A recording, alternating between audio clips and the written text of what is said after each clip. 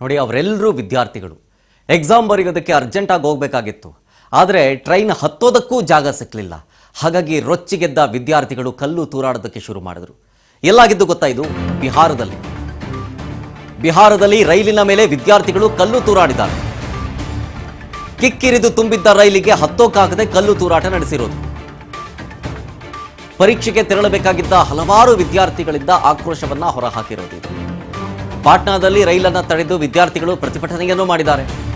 ಪ್ರತಿಭಟನಾ ನಿರತರ ಮೇಲೆ ಆಶ್ರವಾಯು ಸಿಡಿಸಿದ್ದಾರೆ ಪೊಲೀಸರು. ಅಷ್ಟೆಲ್ಲ ಗಾಳಿಯಲ್ಲಿ ಗುಂಡನ್ನೂ ಕೂಡ ಹಾರಿಸಿ ಪೊಲೀಸರು ಆ ಗುಂಪನ್ನ ಚೆದರಿಸುವಂತ ಪ್ರಯತ್ನವನ್ನು ಮಾಡಿದೆ. ಕಾನೂನು ಸುವ್ಯವಸ್ಥೆಯನ್ನು ಕಾಪಾಡೋದಕ್ಕೆ ಹೆಚ್ಚಿನ ಪೊಲೀಸರನ್ನೂ ಕೂಡ ನಿಯೋಜನೆ ಮಾಡಲಾಗಿದೆ. ಪ್ರತಿಭಟನಾ ಸ್ಥಳವನ್ನು ಗಮನಿಸ್ತಾ ಇದ್ದೀರಿ. ಇದು ಪ್ರತಿಭಟನೆಯ ನಂತರದ ವಿಡಿಯೋಸ್. ಎಲ್ಲೆಲ್ಲೂ ಕಲ್ಲುಗಳು ಬಿದ್ದಿದ್ದಾವೆ ನೋಡಿ. ದಪ್ಪ ದಪ್ಪ ಆಕಾರದ ಕಲ್ಲುಗಳು ಬಿದ್ದಿದ್ದಾವೆ.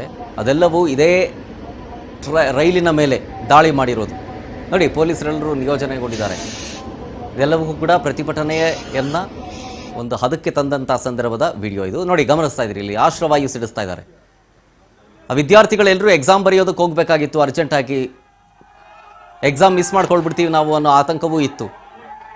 ಟ್ರೈನ್ ಹತ್ತೋದಕ್ಕೂ ಜಾಗ ಸಿಕ್ಕಲಿಲ್ಲ ಅಂತೇಳಿ ರೊಚ್ಚಿಗೆದ್ದ ವಿದ್ಯಾರ್ಥಿಗಳು ಕಲ್ಲು ತೂರಾಡಿಬಿಟ್ರು ನೋಡಿ. ಅಲ್ಲಿ ಪೊಲೀಸರು ಪ್ರತಿಭಟನಾ ನಿರತರ ಮೇಲೆ